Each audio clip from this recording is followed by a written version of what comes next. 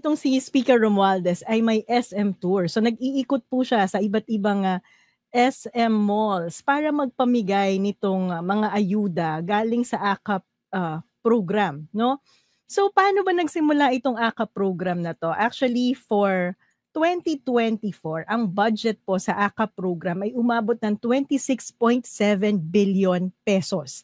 At ngayong 2025, may proposal sila na mag-insert uli ng budget for AKAP program na umaabot ng mahigit 30 billion pesos na yan. Okay? Nilagay ko siya dito, ba't ngayon hindi ko na siya mahanap? So, kasalukuyan 26 billion pesos yan. Ngayon, ang pinopropose ay gawin niyang halos 30 billion. Mahigit pa nga parang, 39 billion pesos po yan ngayong 2025. At yung purpose daw nitong AKAP program ay para tulungan ng mga Pilipino dahil tumataas ang presyo ng mga bilihin. Alam niyo, ang isang napansin ko lang din dito sa AKAP program, so ni-research ko siya, tiningnan ko siya, hindi lang po yung SM tour, ano. Meron ng mga iba't ibang probinsya na kung saan inimplement yan. Pero ang napansin ko lang, ang consistent sa lahat ng inikutan ng AKAP program na to, laging parang template, may pasasalamat, kasama palagi si Speaker Romualdez. Itong si Mayor Jerry Treñas, nagpapasalamat talaga sa AKAP financial assistance ni and for being generous, no, ni Speaker Martin Romualdez. At ganun din dito sa San Juan, merong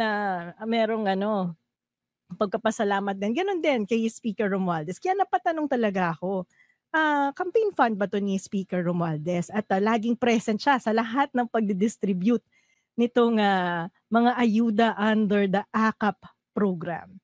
So, ang gusto ko lang din pong i-remind sa inyo ay ito ay budget ng gobyerno. Nasa GAA po yan. At gusto ko lang din kayong i-remind na as of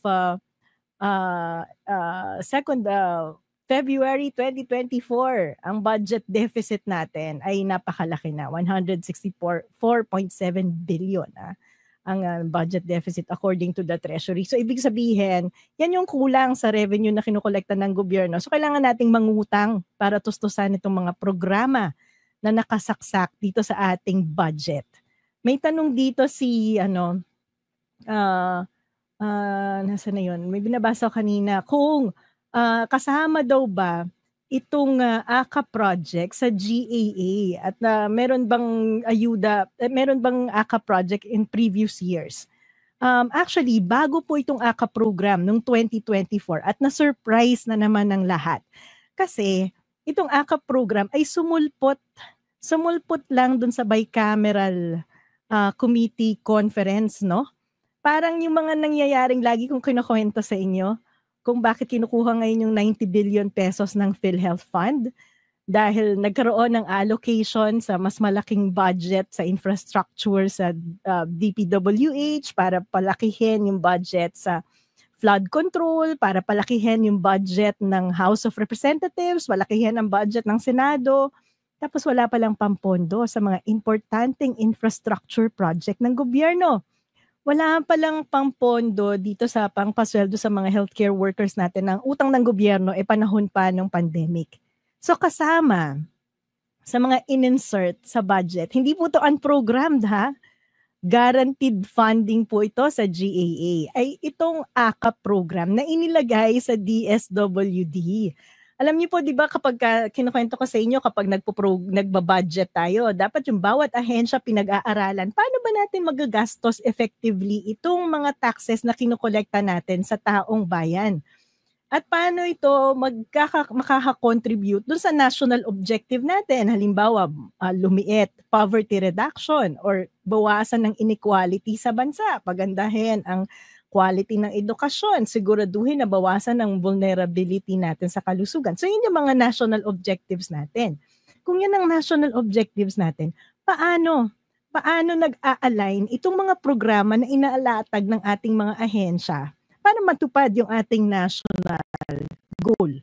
So itong AKAP program po, bigla na lang sumulpot ito nang walang pag-aaral. ni hindi alam ng mga taga DSWD. Parang biglang pumasa yung budget, danan, may 26 billion AKAP project under DSWD. So yung memorandum na nilabas ng DSWD kung paano i-implement itong AKAP project ay after the fact. Meaning, na-allocate na sila ng budget, saka lang sila nag-isip, paano ba natin to i-implement? So, sino ba ang responsable? Yan, tama yung sabi ni Motse, magic. Sino ang responsable sa magic na to? Kung bakit biglang nagkaroon ng 26.7 billion budget sa AKAP. Sabi nga ng mga senador, hindi nila alam kung bakit nagkaroon ng AKAP funding, no? Bigla na lang nandun yon. At ngayon nga, nagpo-propose sila ng 39 billion. Yung version ng budget na nanggaling sa House of Representatives ay mayroong nakalaang 39 billion. Again, para sa AKAP program. So, sino ba ang nag-insert niyan? Katulad ng mga nangyaring hocus-pocus kung paano kukuhanin ang PhilHealth Fund, yan na naman po yung member ng bicameral committee na mula sa House of Representatives at sa Senado. At sino ba yung leader mula sa House of Representatives? Walang iba kung hindi si Congressman Zaldico. Kaya natatawa ako dun sa Facebook post ko na pinapaliwanag ko itong mga insertions at pagpapalaki ng mga budget na kung saan-saan. Tapos biglang nawalan ng pondo yung mga importanteng proyekto ng gobyerno. Wala daw alam. Wala daw alam si Congressman Zaldico. Siya yung chair ng appropriations. At saka kapag magbabaycam na, ang lead sa House of Representatives, yung chair ng APRO. At walang iba yon kundi si Congressman Zaldico. Kung hindi mo pala alam kung ano nangyayari sa budget, mag-resign ka as chair ng APRO. Diba? Hindi mo alam kung anong trabaho mo. Hindi mo alam saan nanggaling tong mga project katulad ng AKAP. Diba? Mag-resign ka. Sabi kasi honest and daw siya masipag. Yun ang basic na trabaho ng APRO chair. At hindi niya alam kung paano napunta doon. So, yan ang kwento ng AKAP program. Bigla lang siyang sumulpot, in-insert sa budget, at ngayon ay nag-iikot na si Speaker para ipamudmod itong perang ito.